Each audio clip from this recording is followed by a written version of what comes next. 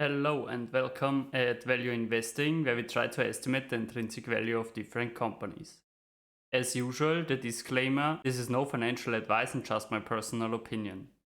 If you could do me a favor and like and subscribe to the channel, this would really help me out. And now let's hop right into the video. In today's video we will discuss Altria Group, ticker symbol MO, a company in the tobacco industry. They are currently up around 9% over the last year. And as usual, we will have a look with 4 different valuation models with the stock analysis tool. So I have plugged all the data in. The current trading price is around $46. The tobacco industry is known for their massive dividend yield, which is around 8.3%. And we can see also that they have increased the earnings per share more or less constantly over time. They had some problems around 2019, but they managed to sort this out and increase their earnings per share. The one thing which is worrying me is the high payout ratio. So let's have a look. According to Seeking Alpha, their free cash flow per share is around $5. And if we consider this free cash flow per share, which I have plugged in here, and we divide the dividend per share with the free cash flow per share, we see that the payout ratio is around 75%, which is a bit high, but not too high from my point of view. It is okay-ish.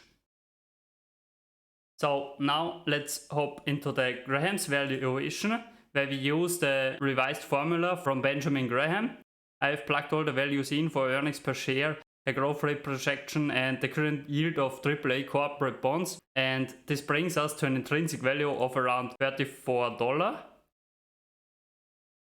Let's have a look at the multiples valuation, where we compare the Altria Group to other companies. I have used Imperial Brands, British American Tobacco, and Philip Morris. I have plugged all the values in and calculated the price earnings multiple for all these companies and averaged them together at around $12.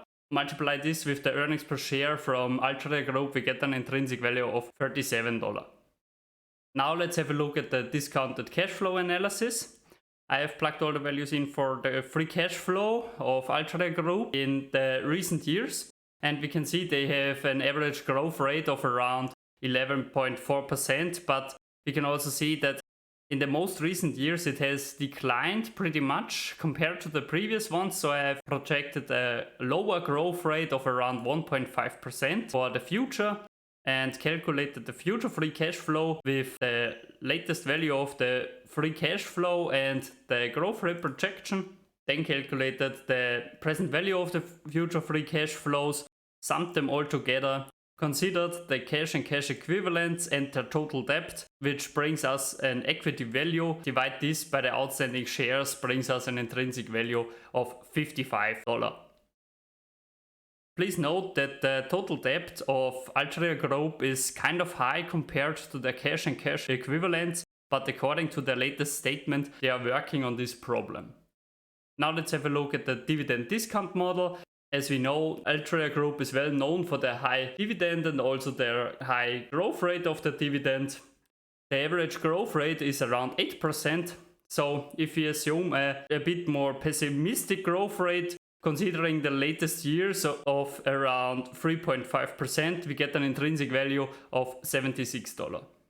Please note that Altria Group is also constantly buying back shares, which has decreased their shares over the last years massively. I think this is a very good action towards the shareholders, but honestly I would like to see paying off the debt more than buying back shares, as with the current cost of debt it would be probably better to decrease the total amount of debt they have.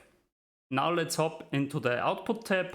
Considering all 4 valuations, we get an intrinsic value, if we average them together, of around $51.